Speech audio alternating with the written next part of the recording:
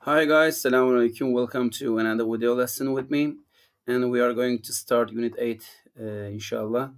Let's open the page. Yes, page 95 in your books. Yes.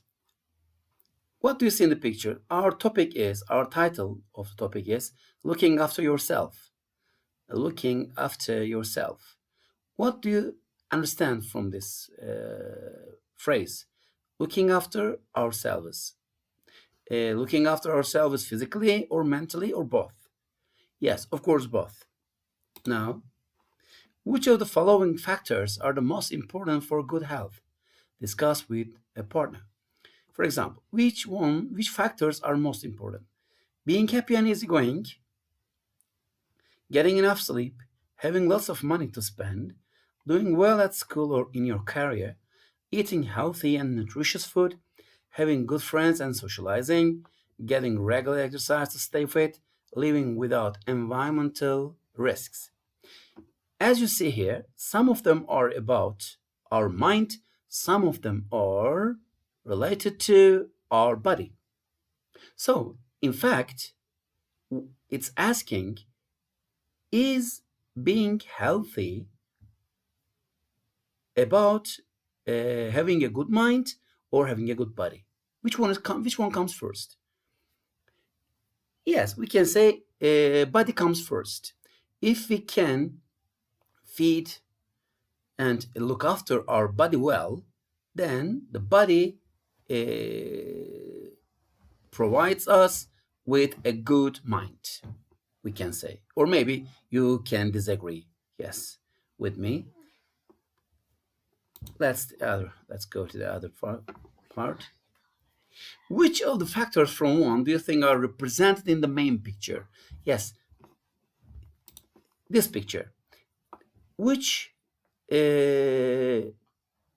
parts of our body, which mental part or physical part, is it related to? Yes, it's related to our body part, physical part. Yes.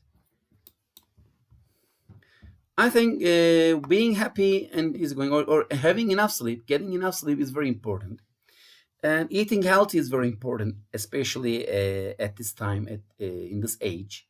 Yes, having getting regular exercise.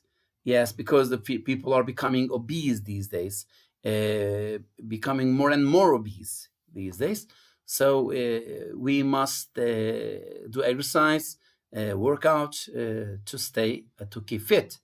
It's very important, and the mind comes later. Yes, if we have a good body, we can have a good mind. Yes, let's open. Being happy and easygoing, having good friends and socializing, getting regular exercise, living without environmental risks. Yes, if we assume the seawater is clean, yes, we can do this. Choose one of the factors from one and briefly explain why is it important for good health. For example, yes, eating healthy and nutritious food. Why is it important? Yes, we can say if everything about our body is about our eating. So whatever we eat, it directly affects our body. So eating healthy means having a healthy body. Yes, and good and useful food. Not junk food, not unhealthy food, of course. Yes, having good friends, socializing important. They are important. Everything is important here. Even social ones, even the mental ones. But only if we choose only one, we can choose eating healthy. Now we have a video. Let's watch it. And this video asks us, watch this short video about whether being successful leads to happiness or whether being happy leads to success. What do you think? Ask again. I'm asking again. Does being successful leads to happiness or being happy leads to success. Başarı mı mutluluğa götürür yoksa mutluluk mu başarıya götürür? I'm going to take your opinion. I'm going to get your opinion after watching this video. Watch. Would you like some snacks? Oh, yum. Yes, exactly. Would you like any snacks or any? Yes, all of them. Oh, go for it then. By all means.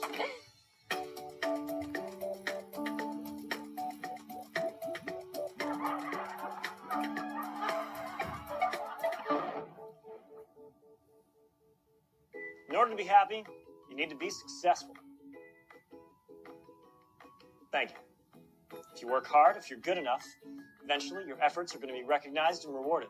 Well, what if I told you you had it backwards? That being successful doesn't lead to happiness, but rather, happiness leads to success. You need a minute to process that? It's fine. I'll wait. It's true. Happy people are better at problem solving, figuring out new options, and being creative. Statistically, happy people perform better with marriage, friendships, income, work performance, and health. I kid you not, someone somewhere figured that out. I don't know them, but here. We wanted to see if we could prove it ourselves here in our lab. We gathered a selection of volunteers and we split them into two groups, a control group and an experimental group. For the experimental group, we tried to change their mood with something called positive affectivity. That's science for we affected them positively. Would you like some snacks? Would you like any snacks or any? Yes, all of them. Oh, go for it then. By all means. We have a video queued up for you that we'd like you to check out. Okay. Yeah.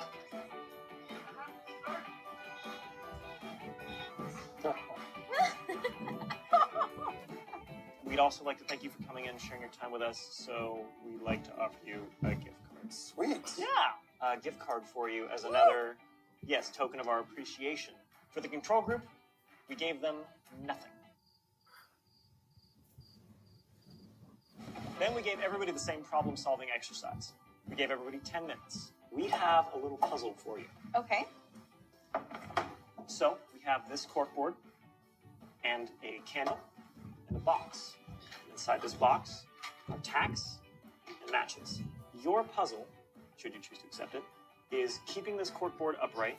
You have to somehow affix this candle to the board in such a way that when you light it and let it run down completely, none of the wax would drip on the table, on the support, the floor, anything like that.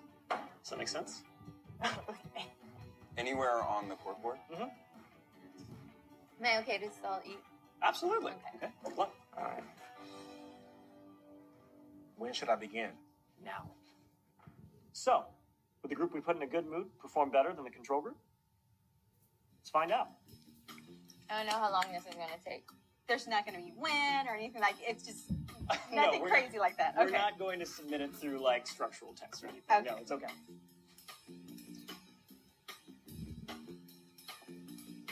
Any like Jeopardy music or something? But it's okay to drip on the board. The board itself, the corkboard? Yes. No. No. No. Let's not dissipate. Can I tear this? Yeah.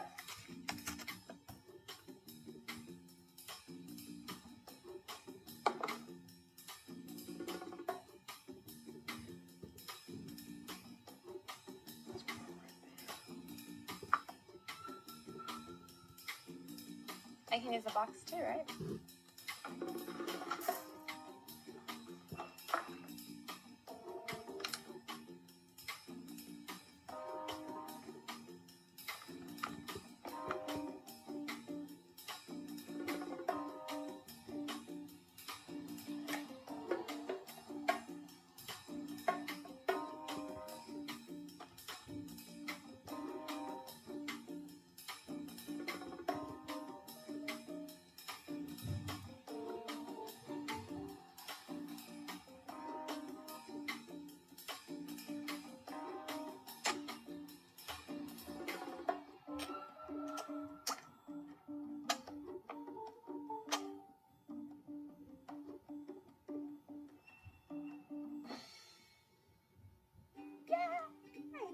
Let me see that candle burning. Yeah, you got it.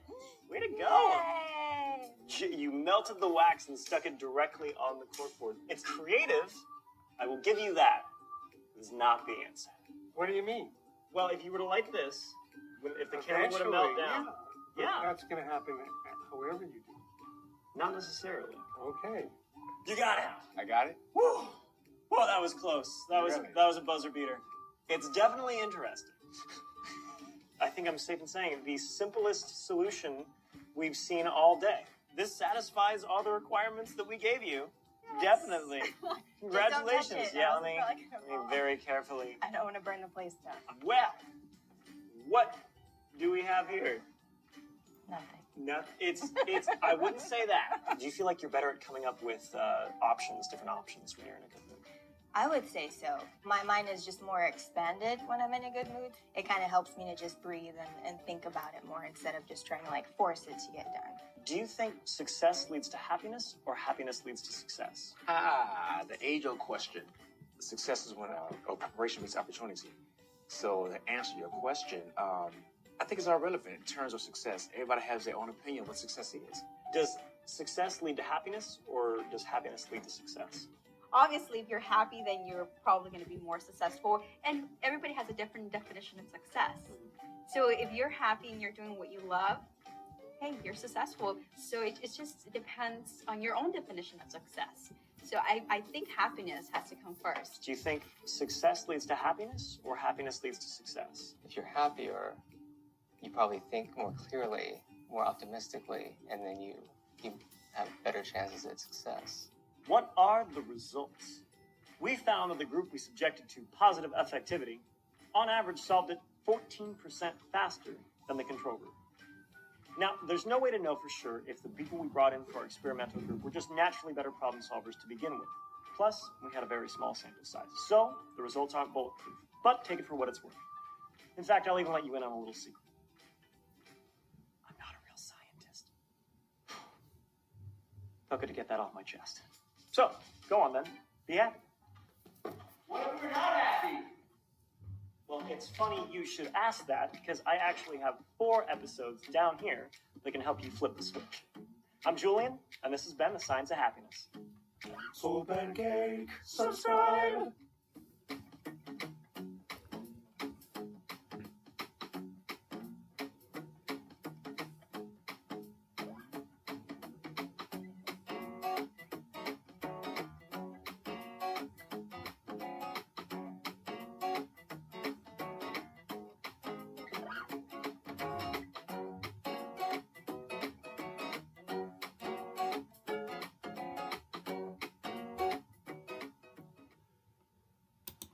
Would you like some snacks?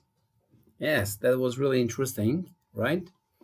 Yes, it was very funny to watch it. And so, what was the idea of this video? What does successfulness make you happy, or does happy make you? Does happiness make you successful? Yes, this was the question. And at the end of the experiment, they showed that 14% being happy makes difference. Yes, if you're happy, then you can be 14% successful. But the trick was the game was very easy. So the more or the harder the game gets, so the difference, I think, becomes more. The more difference become. So it's about how serious or how hard the game is. Yes, but we can say being happy is very important to be successful. Yes. Yes, we have finished the introduction part, and let's move on reading part, guys. Yes, reading. There's a survey. Take the best answer for you. Every night I sleep for less than 6 hours. Which one is you? I sleep for less than 6 hours, between 6 to 8 hours, 8 hours, and more than 9 hours. I think it's between. Oh, yes. Because there is no exact answer, so there is no ticking or checking option. Yes, you can choose your options from here. Next, what do you think the benefits of sleep are? Yes, what is the good side of sleeping? Yes, it recharges you like a battery, like a mobile phone's battery. It recharges you. It makes you dynamic again. It gives you energy. Yes, sleeping better, sleeping nicely. But if you don't sleep, so your battery will be low all day long, maybe. Yes, we can say. Yes, we have a reading part. Let's quickly read. How can a lack of sleep affect health? How can a lack of sleep? Lack of sleep means shortage of sleep. If you sleep less, it means azlığı, uyku kıtlığı. How does it affect health? Sağlığı nasıl etkiler? Listen. Unit 8. Reading. Chasing sleep. You are feeling snug under the covers. Your head is resting comfortably on a soft pillow. Your breathing is deep and regular. A warm and fuzzy feeling envelops you as sleep restores your body and mind. But in an instant, that restful state is shattered by a screaming alarm clock or a parent shouting at you to wake up. It's a feeling we all know and hate. The moment of waking when the only thing we want to do is sleep. Sleep is a strange phenomenon. When we look forward to something or are anxious, sleep escapes us. When we are feeling down, sleep is the best medicine. We treat it as a luxury when we are able to sleep in on a Sunday morning. But sleep is more important than that. Sleep is a basic biological necessity that all living creatures need, and getting enough sleep is vital for our physical and mental well-being. During sleep, many important bodily functions and brain activities occur. Good quality sleep helps us think more clearly, function better, and enjoy life more fully. Lack of it can cause serious problems. Sleep helps the brain to remember new information, and lack of sleep can cause memory and concentration problems that make learning difficult and lead to poor academic performance. Sleep loss can also cause anger, sadness, moodiness, impatience, depression, and other psychological problems. In addition, insufficient sleep leads to drowsiness and an increased risk of accidents. Finally, sleep loss affects health. It can damage the body's immune system, which leads to more frequent illnesses, and can also ruin your figure by causing weight gain, because a person who needs sleep is more likely to crave unhealthy junk food. So, how much sleep do you need each day to stay healthy? That changes over the course of your life. Although the amount varies from person to person, there are some general recommendations for different age groups. Babies need up to 18 hours a day. Toddlers need up to 14 hours. School-age children require up to 11 hours. Teens need 9 to 10 hours a day to maintain full alertness, while adults, including the elderly, require less, about 7 to 8 hours a day. Teenagers, however, have different natural sleep patterns to adults. When puberty begins, bedtimes and waking times change. Research from University College London, Oxford and Harvard has shown that teenagers go to bed later and naturally wake between 9 a.m. and 10 a.m. This pattern, known as the adolescent time shift, continues until the body clock starts to change at the age of 21, when adult sleep patterns take over. However, biology is only one of the reasons for teen sleep patterns. Other factors include less strict attitudes to bedtimes by parents and the use of computers, gaming devices, and mobile phones, all of which keep teens awake and use up sleep time. Because of early school starts, teens are unable to get the 9 to 10 hours of sleep they need. Teachers report that students display an inability to concentrate and often yawn or fall asleep at their desks. So what can be done to help sleepy teens? One revolutionary idea has already been put into practice.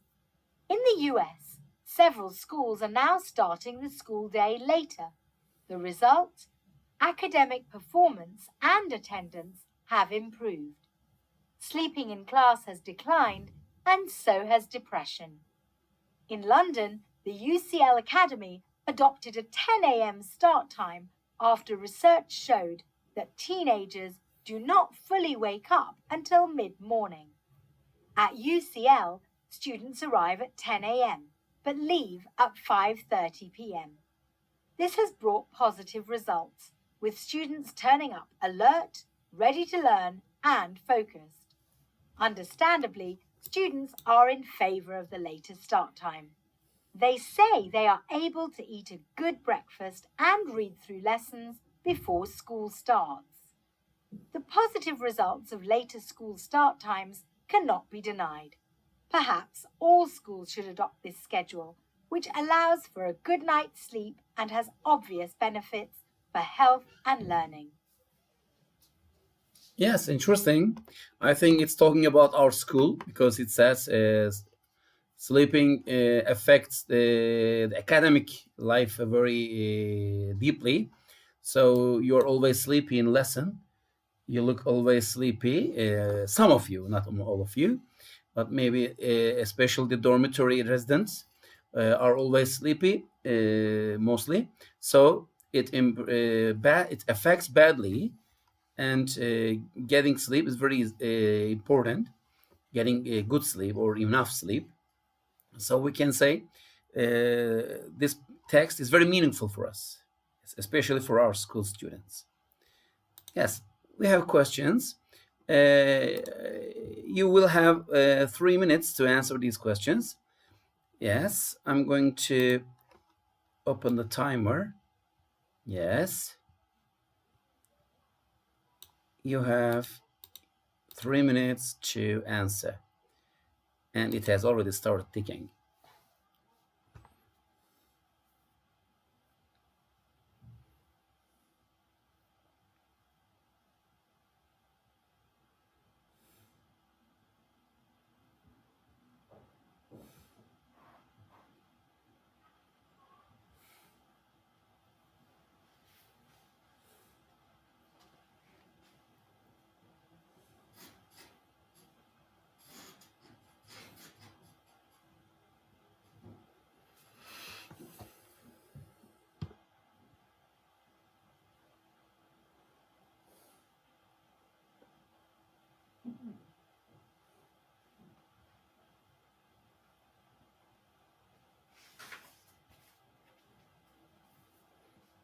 Yes, I'm going to pause time and reset it, so we can pause more longer than you than us. So you can go on reading and answering. Yes, I don't want to waste your time. That's why I'm going to give the answers. Yes, what's the purpose of the first paragraph? To explain why waking can be unwelcome. Sleep is described as a strange phenomenon because our moods affect it in different ways. According to the article, insufficient sleep can affect exam and test results, academic life. Yes. What's true about amounts of sleep? According to the article, the amount required generally decreases with increasing age. Yes, the higher age you have, the less sleep you need. Yes, it's opposite relation.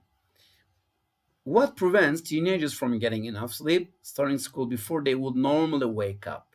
Yes, because getting up early and waking up early makes students less successful, according to the text. What changes have been observed in students attending schools with later start times? They are missing fewer days at school. Yes, because they can't catch the time. They can't get the They can't arrive school in time. This is another problem. So when they made the starting school time 10 o'clock, they became more successful according to text. Next. Yes. Which words relate to the body and which relate to the mind? Write B or M. B for body, M for mind. For example, biological. Biological. Yeah, it's about body. Must be body. Brain, mental, mind, figure. It's our body's figure. Yes, our appearance. Mental, yes, mind. Physical, body again. Psychological, mind, I think. Let's see. Yes, all correct. Yes, and now we are going to fill in the blanks. I'm going to give you only 1 minute to finish to fill in the blanks. That's enough, I think. Yes.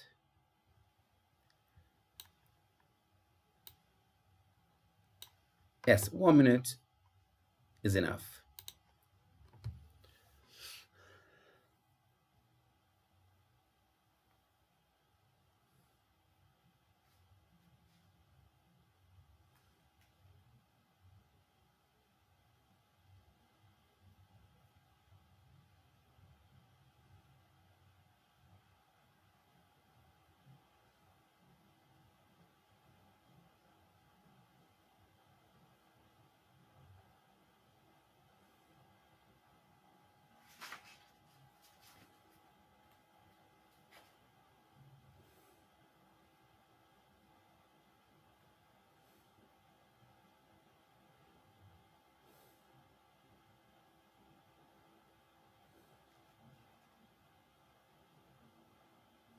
Ten seconds left.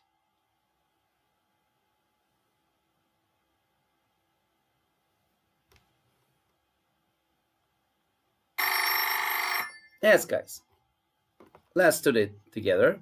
Doctor asked a psychiatrist. Doctor asked a psychiatrist to give his patient a